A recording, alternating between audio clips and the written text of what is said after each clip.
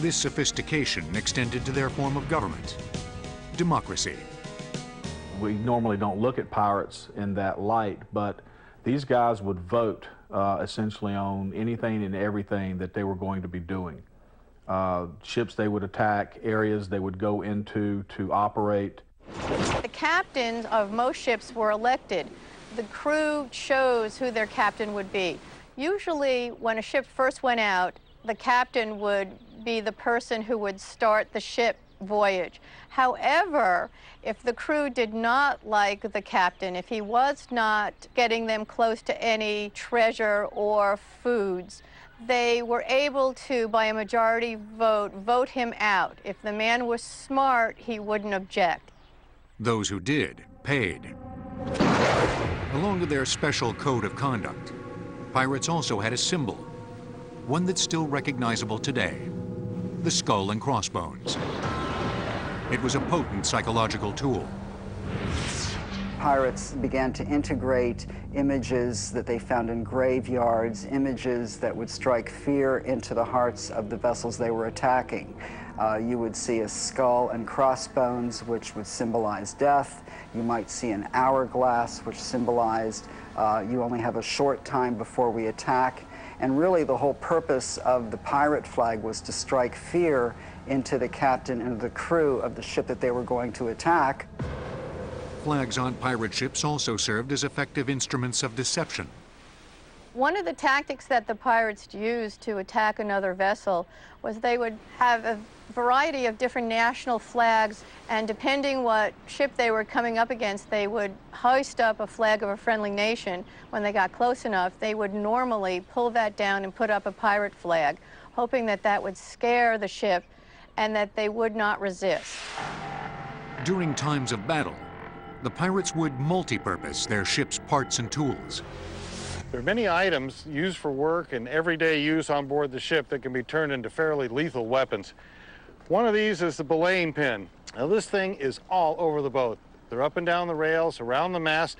They're used for tying off lines, ropes, in the normal sailing of the boat. But once you undo those lines, pull them out of the hole, you've got a fairly vicious club or a pretty lethal projectile if you heave it fast enough. The cargo hook, also found all over the boat for the men to work with, hauling cargo in and out of the hold, clearing away wreckage or damaged rigging. Held in the proper position, this can be turned into a fairly lethal weapon. The boarding axe, used for cutting away damaged lines in a storm or some other natural occurrence. It has a long enough handle to be wielded very lethally. The pick end, sharp axe-type end, it's a very nasty weapon. Each of these were very effective weapons, but on a pirate ship, the real intimidation factor was its firepower, especially the big guns. Today, the big guns brought up from the wreck of the ship believed to be Blackbeard's, the Queen Anne's Revenge, are being meticulously restored.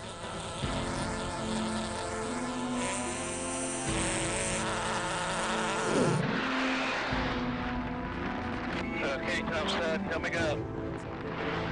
Approximately 10% of the ship's artifacts have been recovered since its discovery in 1996. Okay, which way is the boat? No single item has been found to conclusively prove the ship's identity. But accumulated information suggests that the wreck is indeed that of Blackbeard's flagship. How could we know whether it was the Queen Anne's Revenge or not? Well, we have some descriptions of what the Queen Anne's Revenge was like. We know it sank in 1718, and we can look at this wreck. It's in the right place at the right time. We're not going to find a barrel of peg legs or pirate hooks or parrot skeletons or anything. We're not going to find that. What we are going to find is a ship about the right size, heavily armed, and having artifacts that date either before or to 1718. To date, the archaeology that has been performed on the Beaufort Inland wreck all would tend to support the idea that this is the Queen Anne's Revenge. But we need to keep vigilant as we test that hypothesis. Researchers pay special attention to the guns brought up from the wreck. And this would please the pirates of old, because of all the equipment aboard a pirate ship, none was so carefully looked after as the artillery. Pirates were firearms masters. But the way guns were handled on a ship differed from their use on shore. Even the terminology used for them on board a vessel was different. On land, a cannon was called a cannon. As soon as it hit the deck of a ship, it was called a gun. Cannonballs were cannonballs on land. When it got onto a ship, it was called shot. The ultimate weapons on a pirate ship were the big deck guns. The more, the better. A pirate ship often had a variety of sizes because most of the guns were stolen from ships built in different countries by manufacturers with varying standards. You might have several different calibers. If they're capturing them, if they're stealing them, you can't say, well, gee, it would be nice if we all had the same caliber gun so that we only had to have one kind of ammunition. Sometimes you just got the cannons that you got, and so you might have a variety of ammunition. The pirates used an ingenious variety of shot in their guns. There's a lot more you can shoot out of cannons than just cannonballs. Everything sitting here on the deck in front of me is intended to be fired out of a cannon. Let's take, for example, chain shot. It's two cannonballs connected by a short length of chain, which when compressed in the bore of the gun and fired, due to its irregular flight, will extend back out and go end over end in flight, tearing up anything it rips into. It will wrap itself around spars and snap them like twigs. Very close cousin to chain shot is bar shot. Bar shot is nothing more than two halves of the same cannonball extended with a bar cast as one piece, loaded the same way as chain shot, will do the same thing. Ironically, even though most pirate ships wielded great firepower, their game was not to sink an enemy vessel, but instead to stop it by attacking its sails and rigging. What good would it be to sink a ship if your goal was to steal the treasure it had on board? They were looking to capture ships. So utilizing these smaller anti-personnel type weapons and anti-rigging type weapons, firing those sorts of projectiles, would have been much more conducive to capturing vessels than the hull-piercing capability of these carriage-mounted guns to sink ships, which of course they were not trying to do. There were shots specially designed to take out almost anything on an enemy ship. This is grape shot. This is made for a larger gun. This is a stack of smaller cannonballs meant to fit into a cannon the diameter of this piece of wood on top here. The act of firing this would shatter the wood as these balls left the bore, tearing apart heavier portions of the ship, the side, the railings, gun ports, to get to the men inside the boat. A very odd-looking and particularly nasty weapon is the Langridge, or fire arrow. You'll notice we have a funny dart-looking thing. This is filled with a highly combustible material. Sulfur, a little bit of gunpowder, saltpeter, anything that'll burn for a length of time. It has this arrow point on the end, meant to stick in a hard, solid wood surface like a mast or the side of the ship. Then you have these four chains, these double-prong hooks meant to catch in rigging or sails.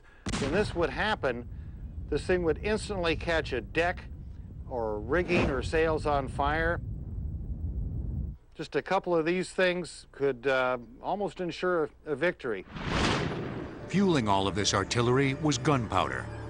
Ship derives its main firepower from gunpowder. Invented by the Chinese thousands of years before the Western world ever heard about it. By the age of piracy, this was the main implement that these sea battles were fought with. Not much by itself like that, but I tell you what, you take that gunpowder, you pack enough of it in a cloth bag like this, you've got a charge for a cannon this size. Getting a big gun ready to fire was a complicated, time-consuming task. This is what a pirate ship is all about. It's guns. Everything that goes on this boat is about these guns. The pre-positioning of the ship, the loading, the aiming, the firing, the maintenance of these guns. This is a 3-pounder. It's out of battery, ready to load. Let me show you how that works. Inside this pass box is the shot and the powder charge. The powder charge is packaged in this cotton bag. Gunner would insert it into the muzzle. He'll then take the rammer, which is the solid wooden end of this stick, gently push that charge all the way down to the breech of the gun, withdraw, reach back into the pass box, pull out the shot or whatever kind of ammunition they're going to shoot, insert that, gently seat that on top of the powder charge. The gun would be run forward. Gun is now in battery. I have to aim it. You lift the breech end of the gun. This piece here is called a quoin. This is inserted under the barrel. Put it at the desired height that you want. You aim through the gun port, looking across the top of the tube, about as crude as it can be. Watching the natural motion of the boat up and down, you want to fire on the upswing so that if you're high on your target, you at least go into the rigging. If you fire on the downswing, it will throw your shot into the water. At this point, the gunner will take his gunner's gimlet, sometimes called a prick, insert it in the vent, which is a small touch hole used to ignite the charge, break open the powder bag, take his horn, prime the vent slightly to make sure the seat is filled, take a priming quill, which is a form of fuse, insert it in the gun tube like this. Then from his assistant, he will take the linstock, which is a slow match, thread it onto a stick, being careful to be outside the path of the recoil of the gun. He'll blow on the slow match to get a nice good hot spark going, touch it sideways to the priming quill. The big guns were great for softening up the enemy. Just before the final assault, the pirates would give one last volley or broadside of their guns before boarding to get their enemy's head down below decks so that they could more easily take their prize.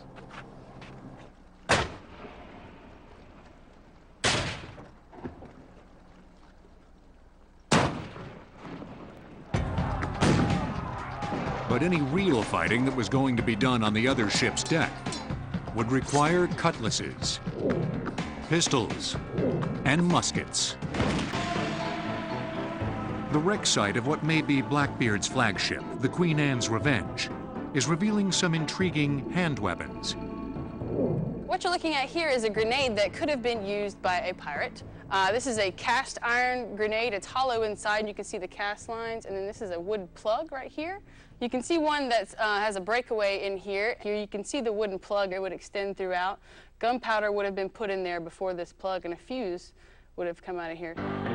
The fuse would then be lit, and the grenade would be thrown by hand or flung with a sling. Its casing would explode into countless pieces. But pirates had more than cast iron grenades. It's made out of a glass bottle. You could use any type of bottle. It has a wooden or cork plug with a fuse. It would be filled with either just straight gunpowder if you're going to use it offensively where you're charging and you don't want to get hit with your own shrapnel. You would just have it as a shock wave, a flashbang, if you will. If you wanted to do damage, say you're up in the tops, you were throwing these down on the deck, could fill it full of pistol balls, pour gunpowder in around them, and then put your fuse in so that it would burst, throwing the pistol balls around as shrapnel. A precursor to the tear gas canister was the pirates' stink pot. They would fill a glass or a ceramic container full of rotten meat, anything that stank, and they would throw it over to the other ship. When it exploded, the stink would be so horrendous and foul that men actually would jump overboard to get away from it. And what would a pirate be without his sword? In the earliest days of piracy, those men that had weapons preferred the rapier. This is what they used on land. This is what they were used to. A long, thin, finely made, well-balanced weapon. However, on the confined deck of a ship, the rapier was just about useless. The problem is it's too long. You can't get around without hitting something. Get it stuck in the deck, it's easily broken. They needed another weapon to replace this. The answer for that was the cutlass.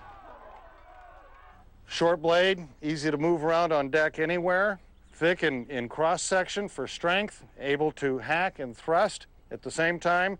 The cutlass was also good for smashing things. An interesting weapon is the main gauge. This is a short, left-handed weapon. a guard to protect your hand and also use offensively as well as defensively. The main thing this allows you to do is two-handed fighting. Put a cutlass in the other hand. Now you can whirl away on the deck of a boat because you are still short enough to get around in any area you have to and be twice as lethal. Any pirate worth his bucket of blood needed a dagger as well. This is about the most common type there was during this time period. It's called a plug bayonet.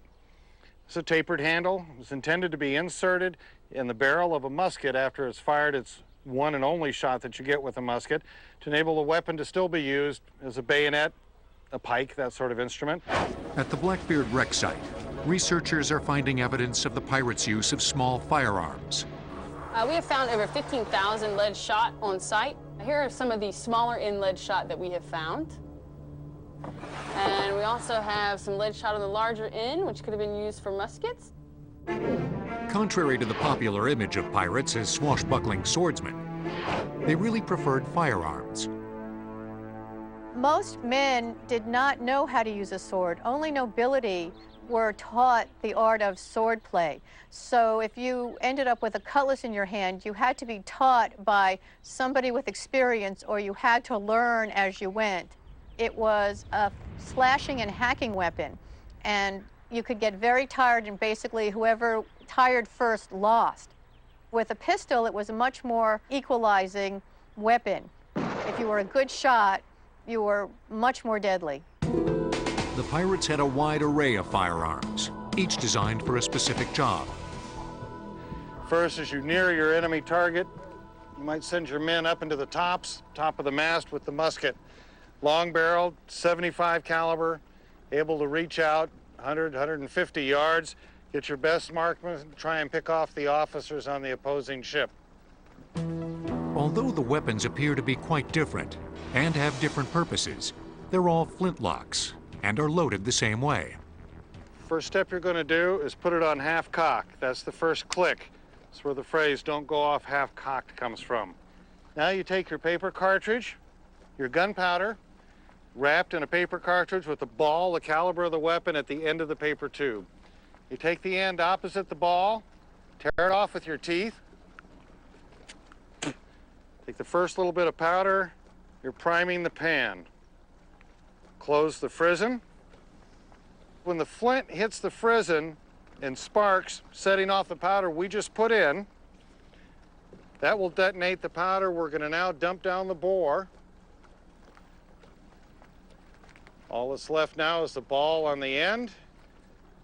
You shove that down into the bore part way. Take out your ramrod. Gently tamp that home, push it all the way down to the base. Withdraw the ramrod. By the way, you're expected to do this 3 times a minute if you're a good marksman. Now we're ready to fire. Pull the hammer back to the second click. The safety is off. All I have to do now is aim and shoot.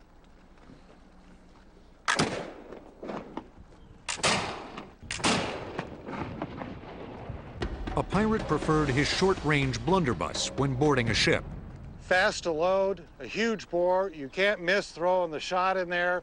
It is the equivalent of 5 or 6 guys firing pistols at the same time. Really a devastating weapon.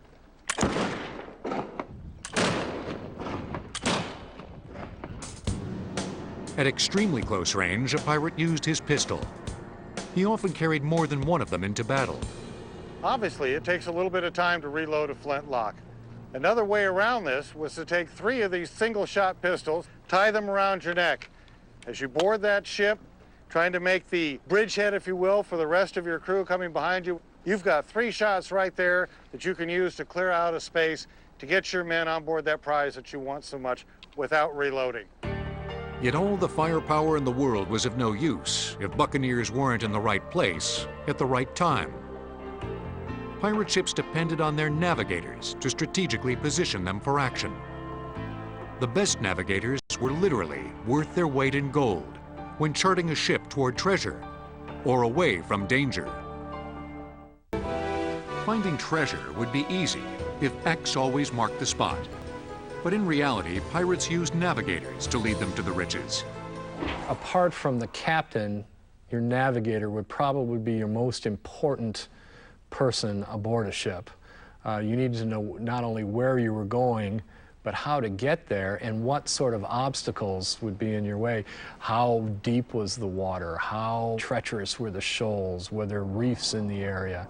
You needed to be able to avoid those perils, or else it didn't matter whether you caught any ships or not if you sank your own. The job required a man of many skills.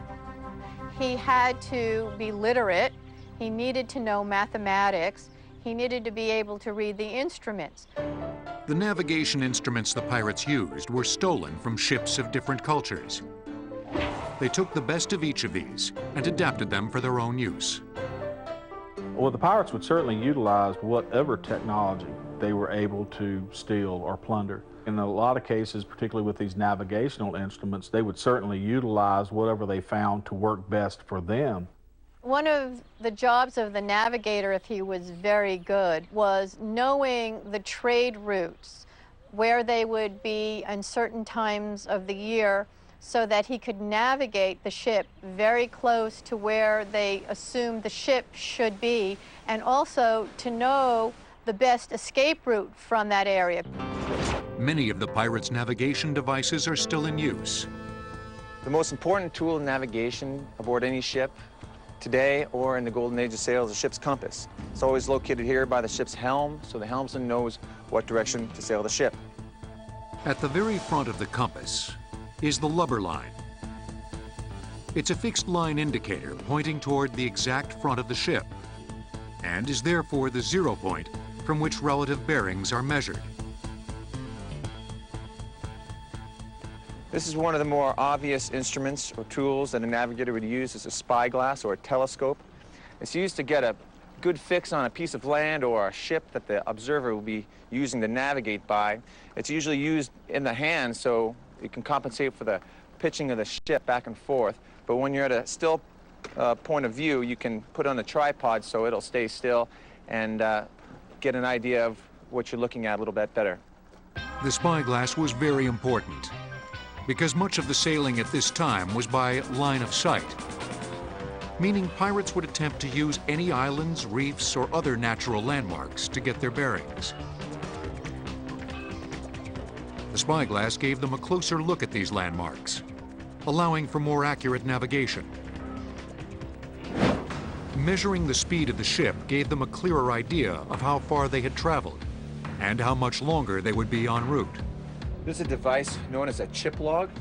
It's an instrument that the sailors would use to determine the ship's speed. They would toss the chip overboard, at which point the line would start paying out, and one of the sailors would have the line in his hand, letting the line run through his hands like this, until the first knot would pass his hand right here. He'd tell one of the other sailors, mark.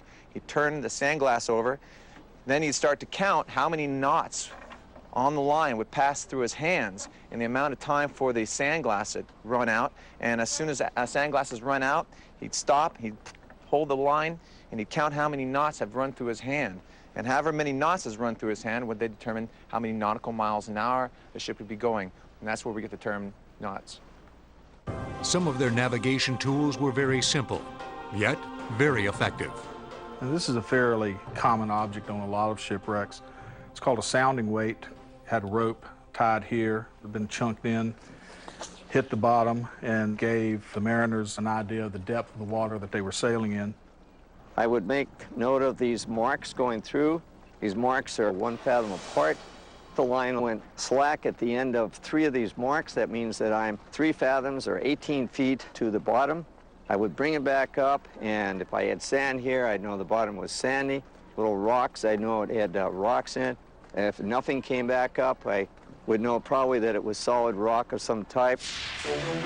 They used a quadrant to determine latitude, which was their position north or south of the equator. The instrument was designed to measure angular distances using the sun as a reference point. The way it works is this. The navigator would look directly at the sun and line up this edge with the sun. They could then have somebody else come along and tell what mark the string was at on the quadrant, which would give the angle. What they'd do is start before noon, and they'd watch that sun go up, they'd see the angle increasing, and then after a point it would start decreasing. That greatest angle was noon. It was always. They didn't need a timepiece in order to determine that, and then from that angle they would go to some books they had and determine what was the latitude of their position.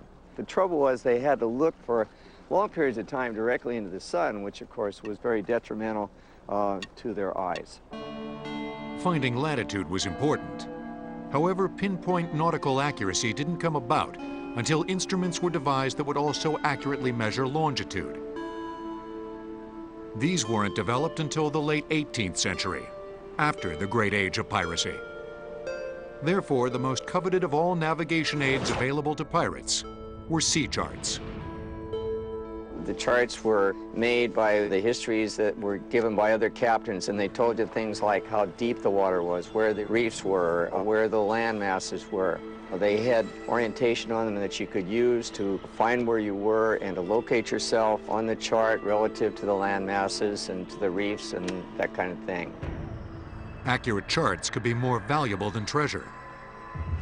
When you captured a ship, part of the loot would be any sort of navigational charts that this other ship had on board. And oftentimes you would have captains throwing them overboard so that the pirates couldn't take them. That was certainly one of the biggest prizes to be taken, and that let you sail around areas that might have been more difficult otherwise. A good navigator could bring a pirate ship to a galleon packed with treasure. But the thrill of bloody battle left many a pirate wounded. And the medical attention they received aboard ship could be more painful than the wound itself.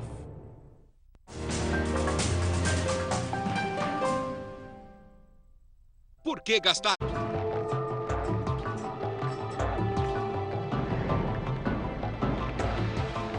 Some of the medical equipment found at the Queen Anne's Revenge site is surprisingly sophisticated. I don't want to excavate too much more with this large dredge. This is a small pewter urethral syringe, a little bit crushed, probably during the wrecking event. See the tapered point up here, and would have been utilized for treating probably venereal diseases.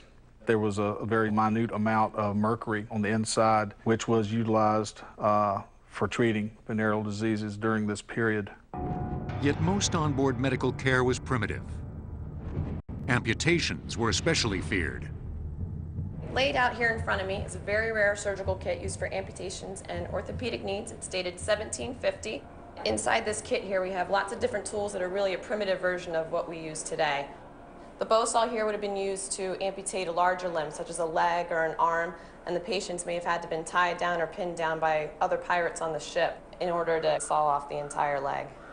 On pirate ships, a lot of times the doctors and carpenters would have been the same people or using the same tools. Therefore, if one of the doctors wasn't around, then the carpenter may just have to use the saw to cut off a limb.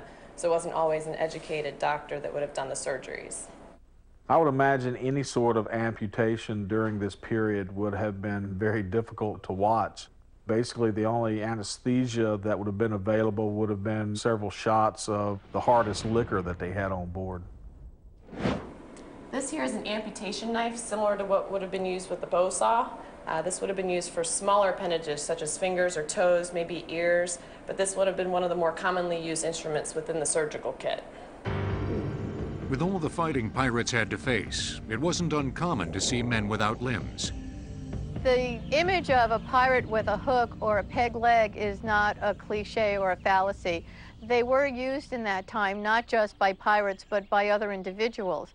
A hook was very expensive. It was usually made out of a leather base attached to the arm, and a peg leg would either be carved to fit their kneecap or higher up, or they would just take a very heavy stick and tie it with rope or leather around the stump of their leg. If pirates couldn't count on good medical care, they couldn't count on a hearty meal either. Provisions spoiled quickly. Often they turned to preserved foods, like tough salted pork. We have recovered a number of pewter artifacts from our shipwreck.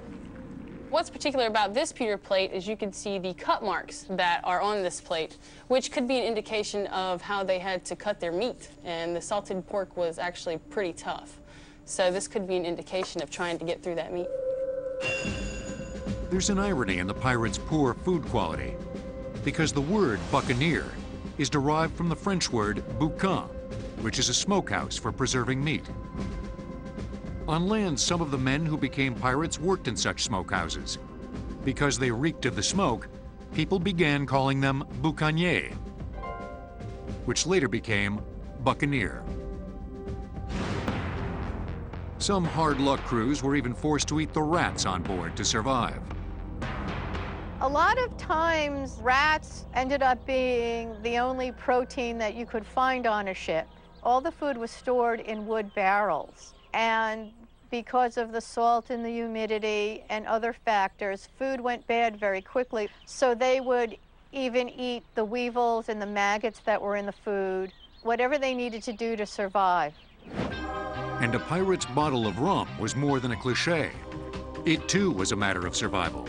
They all would drink a lot, and that's probably because the water was so horrible. You put water in a barrel and keep it on your boat for a while, it gets slimy and, and hard to drink. So of course they're going to drink anything else that they have on hand that keeps better, and alcohol is one of those things that keeps pretty well. They'd often add rum to available water to make it safer. This concoction was called grog. And as for the bodily functions, This is called a pistil or pissoir, known in modern times as the urinal. It's made out of lead, but it's crushed, as you can tell. So actually what you're looking at is Blackbeard's head. and why did they put up with all of this hardship? The money, of course, and maybe the challenge. Pirates stayed one step ahead of the law by using any technology that was innovative. Did they invent different things? I think we want to think more of them adapting different technology to their uses. And the fact that they captured ships from all over meant that they had a lot of different technologies at their disposal. They might capture a French slave ship, and so they would have French cannon. A Spanish ship might have other things. Ships coming back from the Orient might have different devices on them that they might find useful. The truly successful pirates were the pirates that could adapt the vessels and whatever they stole to their needs the best. As the 19th century neared, the pirates' days were numbered. Merchants and regular citizens started really pressuring their governments to do something to stamp out pirates. And the governments then, to save their own skins and jobs, had to start seriously capturing them and making a statement that pirates were no longer allowed on the waters, though piracy never completely ended. For a time, their stripped-down, customized ships ruled the seas. They were a bloody and treacherous lot, and they did much harm. Yet, by adapting their ships to sail faster and their artillery to be more lethal, they pushed the envelope of marine technology.